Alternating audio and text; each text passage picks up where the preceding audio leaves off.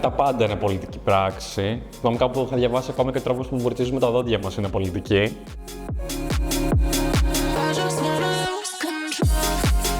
Πόσο μάλλον το μακιγιάζ, ανεξαρτήτως αν είσαι αγόρι ή κορίτσι.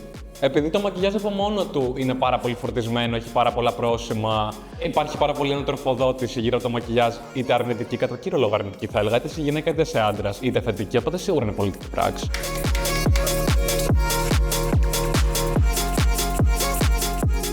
Ο κόσμος δεν είναι απαραίτητο ότι είμαι ένα αγόρι που βάφεται. Αυτό που του φαίνεται ξένο είναι ότι είμαι ένα αγόρι με μια συγκεκριμένη επιτέλεση που βάφεται. Δεν του βγάζουν νοήματα μαθηματικά. Ότι είμαι ένα αγόρι που βάφεται, αλλά δεν κάνει κάτι που είναι απαραίτητα πάρα πολύ femme. Είναι όλοι σε φάση.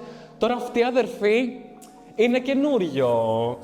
Γιατί δεν βάζει eyeliner και κραγιό και αυτά, γιατί δεν μας κάνει έτσι και έτσι και τέτοια, ενώ δεν είμαστε συνηθισμένοι με αυτόν τον τύπο αδερφής. Και γιατί λέω ότι είναι και γκέι, γιατί υπάρχουν και πάρα πολλά αγόρια που μπορεί και να βάφονται μια πολυτελική επιτέλεση, δεν λένε απαραίτητα ότι είναι γκέι. Γιατί όλοι οι αστυνομικοί είναι ενάντια στον πολίτη, ακόμα και ο ξαδερφός από την Πτολεμαΐδα που είναι το καλύτερο παιδί. Εγώ όταν ξεκίνησα να κάνω TikTok, δεν μου είχε περάσει ποτέ το μυαλό ότι θα κάνα βίντεο που δεν θα είχε να κάνει με το μακιγιάζ. Χθες έγινε μια συγκέντρωση με εκατοντάδες χιλιάδες άτομα στο Σύνταγμα και τα Τέμπη, και ακόμα και σε μια τέτοια τεράστια συγκέντρωση, η οποία έγινε ειρηνικά, η ελληνική αστυνομία έδειξε πως δεν είναι με το μέρος του πολίτη, ρίχνοντας χημικά. Επειδή έχω μια πολύ καλή και κακή σχέση με το θυμό, δηλαδή ο θυμός για μένα είναι ένα συναίσθημα που με ενεργοποιεί πάρα πολύ. Θυμάμαι δηλαδή την πρώτη φορά που είχα δει κάτι και ήμουνα. Πρέπει τώρα να μιλήσω γι' αυτό, πρέπει να το πω πρώτα, το μοιραστώ δημοσίως.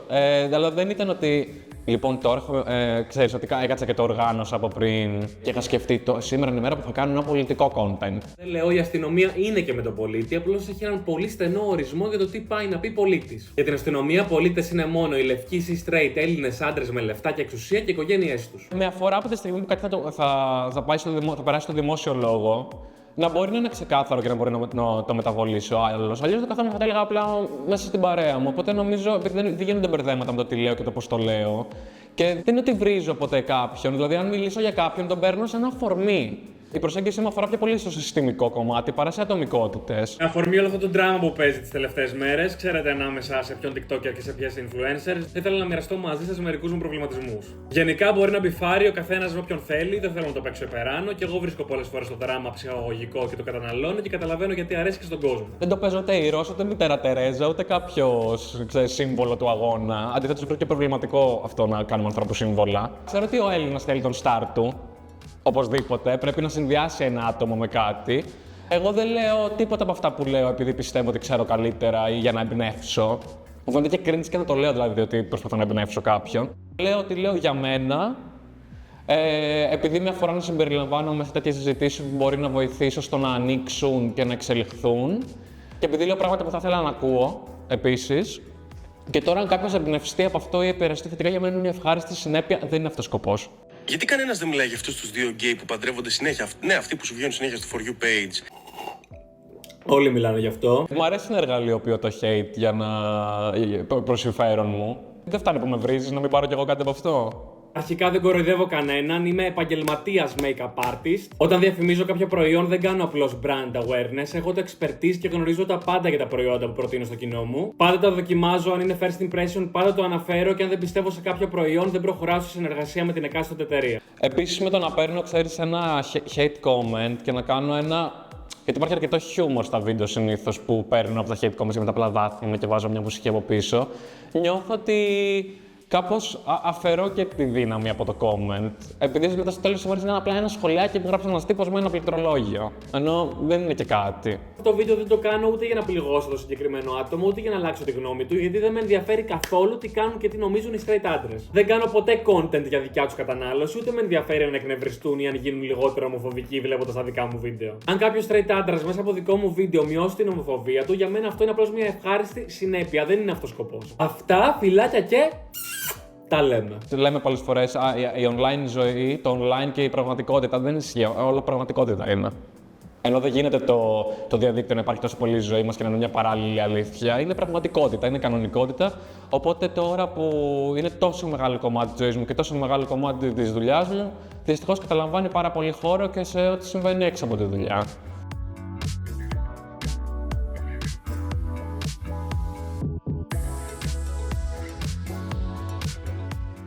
Δεν νιώθω και πάρα πολύ άνετα να λέω ότι είναι μια δύσκολη δουλειά. Γιατί είναι μια δουλειά που όταν την κάνεις με μια επιτυχία έχει τεράστιο προνόμιο. Δηλαδή το να μπορείς να έχεις το δικό σου ωράριο, να μην έχεις αφεντικό, να μην βγάζεις 750 € το μήνα και να κάνεις και μια δουλειά που είναι πάρα πολύ δημιουργική, έχει τεράστιο προνόμιο. Δηλαδή το βρίσκω γελίο και προσβλητικό, όχι μόνο σε άλλους ανθρώπους, αλλά προσβλητικό και προς εμένα στον παλιό μου εαυτό, γιατί έχω κάνει πάρα πολλές δουλειές που δούλευα πάνω από 10 ώρες την ημέρα που πληρωνόμουν βασικό μισθό και είχα να πληρώσω και 300 € νίκη. Και είναι το ίδιο πράγμα με το να έχεις μια δικιά σου εταιρεία και να είσαι ελεύθερος επαγγελματίας. Είναι λίγο πιο δύσκολο να βρεις ισορροπίες με τους χρόνους σου και το πώς αποφορτίζεσαι. Αλλά εγώ, δηλαδή, είναι μια φυλακή στην οποία εγώ κρατάω τα κλειδιά. Ενώ δηλαδή, σίγουρα υπάρχει φως στο τούνελ. Απλά ακόμα είναι καινούριο για μένα και δυσκολεύομαι να βρω αυτές τις ισορροπίες. Σε έναν κόσμο γεμάτο σάτιδες και κλαβίες, επέλεξε να μην είσαι ένας straight άντρας που συγκρίνει γυναίκες μεταξύ τους, οι οποίες κιόλας έχουν καταφέρει πράγματα που δεν θα καταφέρει ποτέ στη ζωή του, γιατί το μόνο που του ανήκει είναι ένα πληκτρολόγιο και η αγωνία του να επιβεβαιωθεί από το διακοσμητικό του πατέρα. Μπορεί να είμαι γκέι, έχω την προνόμιο του άντρα όσον αφορά την ταυτότητα φίλου μου. Είναι πολύ ξεκάθαρο και ξέρω πάρα πολύ καλά πως ότι οι πόρτες μου έχουν ανοιχτεί μέσα από αυτή τη δουλειά δεν έχουν να κάνουν μόνο με το ταλέντο μου, στομολογίες και τις επικοινωνικές μου ικανότητες. Έχουν να κάνουν πάρα πολύ με το ότι είμαι ένας άντρας που έχει και μια εικόνα που είναι αρκετά μεταβολήσιμη για ένα straight κοινό.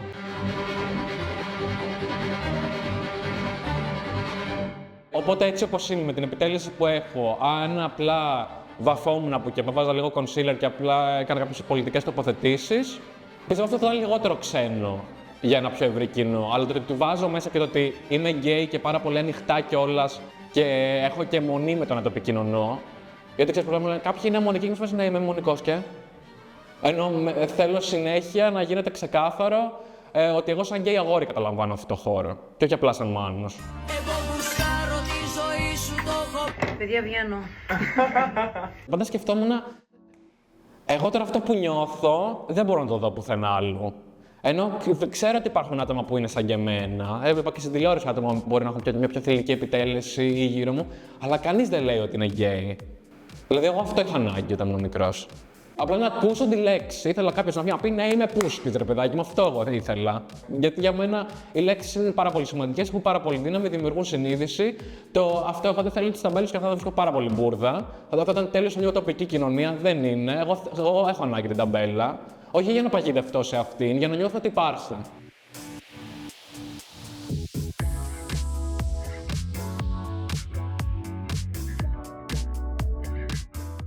Η ταυτότητά μου σαν γκέι αγόρι δεν είναι κάτι που αρχίζει και τελειώνει στο κρεβάτι μου. Είμαι γκέι 24 ώρες, 24 ώρα, από την ώρα που θα γεννηθώ μέχρι την ώρα που θα πεθάνω.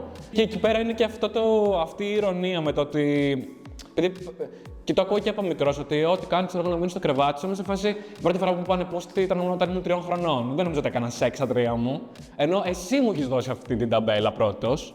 Αλλά έχεις και την απέτηση από μένα αυτή την ταμπέλα για κάποιο λόγο να περιορίζεται στο τι κάνω στο κρεβάτι μου. Ενώ η σεξουαλικότητα δεν έχει να κάνει με το σεξ. Η σεξουαλικότητα είναι μια κουλτούρα. Έρχεται, είναι ένα πακετάκι που έρχεται με πάρα πολλά άλλα πράγματα.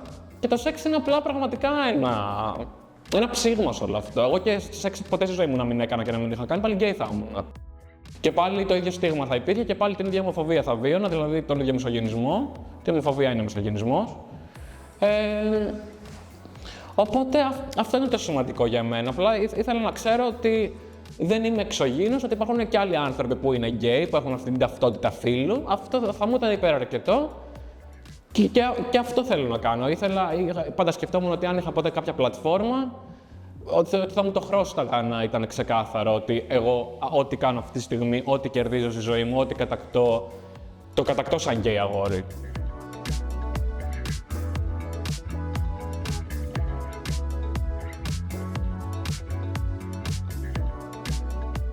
Έχουν συναίσθηση σαν άτομο. Προσπαθώ ότι οι προσεγγίσεις μου είναι πάρα πολύ φροντιστικές και νομίζω αυτός είναι ο λόγος που ποτέ κάποια εταιρεία δεν μου έχει πει κάτι, επειδή στο τέλος της ημέρας, ό,τι και να έχω πει, με όσο θυμώ και να το έχω πει, ποτέ δεν έχω βάλει στο στόχαστρο άτομα που ανήκουν σε πληθυσμιακές ομάδες που βιώνουν καταπίεση. Δεν έχω πάρει ποτέ κάποια γυναίκα που μπορεί να έχει πει κάτι με το οποίο να διαφωνώ και να την έχω σχολιάσει, γιατί η κριτική για τις γυναίκες υπάρχει ούτως ή άλλως, δεν χρειάζεται να συμβάλλω σε αυτό. Γιατί στις γυναίκες δεν επιτρέπεται το λάθος. Δηλαδή, αν μια γυναίκα κάνει μια λάθος τοποθέτηση σε κάτι πολιτικά, είμαστε κατευθείαν κυνήγι μαγισσών, έτοιμοι να την κάψουμε. Ενώ ένας άντρας μπορεί να πει 8.000 βλακίες σε ένα δευτερόλεπτο και να είμαστε κάπως εντάξει, μωρέ, ή το ανάποδο. Αν μια γυναίκα βγει και πει κάτι καλό, Προοδευτικό είναι όλοι να εννοείται ότι η Τούνη θα πει κάτι για το Pride καλό. Ενώ αν βγει, ας πούμε, αύριο ο Λιάγκας και. Όχι ο Λιάγκας, δεν ξέρω, ένας άντρας που δεν πολύ τοποθετείται και όλα αυτά και πει κάτι ότι εγώ είμαι OK με το γκέι να παντρεύονται, την όλοι. Είδωλο του φεμινισμού. Ενώ υπάρχει ένα διπλό στάνταρ, στο οποίο εγώ δεν θέλω να συμμετέχω σε αυτό το αφήγημα. Όλοι μου οι σχολιασμοί έχουν να κάνουν με άτομα τα οποία έχουν εξουσία όσον αφορά στην ταυτότητα φύλου τους ή ταξικά. Και νομίζω από εκεί πέρα προκύπτει το ότι δεν υπάρχει κάποια σύγκρουση με τα άτομα που συνεργάζονται. Έχει γίνει viral αυτός ο διαγωνισμός στη Ζάκυνθο. Νομίζω ξέρετε όλοι γιατί μιλάω, δεν θα αναφέρω παραπάνω. Και έχουν βγει πολλοί straight άντρες που έχουν πάρει σαν αφορμή αυτό το συμβάν για να εξωτερικεύσουν το μισογυνισμό τους. Και κάνουν βιντεάκια και σχόλια του τύπου: κοίτα τι κάνουν οι κόρες κάποιων, που όλες αυτές μια μέρα θα γίνουν μανάδες κτλ. Η ακροδεξή είναι καταπληκτική στα social media. Είναι πραγματικά καταπληκτική. Καταλαμβάνουν πάρα πολύ χώρο. Ξέρουν να το κάνουν πάρα πολύ. Όχι, δεν θα πω έξυπνα. Απλά δεν υπάρχει και διάσπαση ανάμεσά τους. Ενώ τα άτομα που αναπαράγουν προοδευτικό λόγο είναι πάρα πολύ λίγα. Και το βλέπω ακόμα και σε μένα ότι υπάρχει μεγάλη αυστηρότητα, ας πούμε, από την αριστερά προς την αριστερά ή από την προοδευτικότητα προς την προοδευτικότητα, ας το πούμε έτσι. Γιατί δεν είναι απαραίτητο και εγώ αυτό προσδιορισμός αριστερός. Είναι βασική μου πολιτική ταυτότητα, είναι ότι είμαι φεμινιστής και ότι συμπεριλαμβάνει αυτό, έτσι. Και είναι αυτό που σου λέω, δηλαδή, αν βγει κάποιος ακροδεξιός και πει κάτι, δεν θα υπάρχει από αυτούς που συμφωνούν μαζί του, δεν θα υπάρχει και πολύ διάσπαση στα σχόλια, σχεδόν καθόλου. Ενώ αν εγώ και πω κάτι προοδευτικό, ή η Γιάμαλη, και εγώ δεν ξέρω ποιος, ακόμα και από άτομα με τα οποία θεωρητικά συγκλίνουμε πολιτικά, θα βλέπει σχόλια του τύπου «Τώρα λαϊκίζεις». Τώρα εσύ λες αυτό, αλλά συνεργάζεσαι με τον τάδε. Ναι, αλλά δεν συμπεριλαμβάνεις αυτό στο λόγο σου. Αλλά πώς γίνεται να λες αυτό και να φοράς το άλλο. Υπάρχει τόσο πολύ αυστηρότητα προς τον προοδευτικό λόγο και από τους προοδευτικούς και από τους μη προοδευτικούς. Και αυτό είναι το βασικό πρόβλημα. Και έτσι δεν αναπαράγεται ο προοδευτικός λόγος. Οι γυναίκες είναι σαν τις γάτες.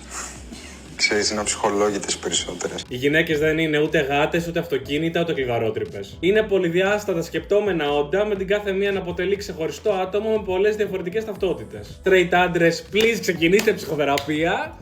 Φιλάκια, τα λέμε. Θα ήθελα πολύ να μιλήσω για το πώς αντιλαμβάνομαι το κόνσεπτ καπιταλισμός και το πώς συμμετέχω στον καπιταλισμό. Επειδή ξέρεις, τα πράγματα δεν είναι απλά η πατριαρχία, ο καπιταλισμός είναι το βασικό. Δηλαδή, το βασικό πρόβλημα της κοινωνίας μας είναι ότι υπάρχουν φτωχοί και πλούσιοι. Αλλά δεν νιώθω ακόμα έτοιμος για τέτοιες συζητήσεις. Publicly τουλάχιστον. Με τους φίλους μου τις κάνω και η αλήθεια είναι πως και έτοιμος να νιώσω. Αν είναι να προκύψει, θα θέλω να προκύψει οργανικά, γιατί εγώ δεν είναι ότι έχω κάποια πολιτική εκπομπή στο TikTok. Ενώ αν θέλω και κάτι, δεν θα το πω και ποτέ αν δεν αισθάνομαι άνετα γι' αυτό.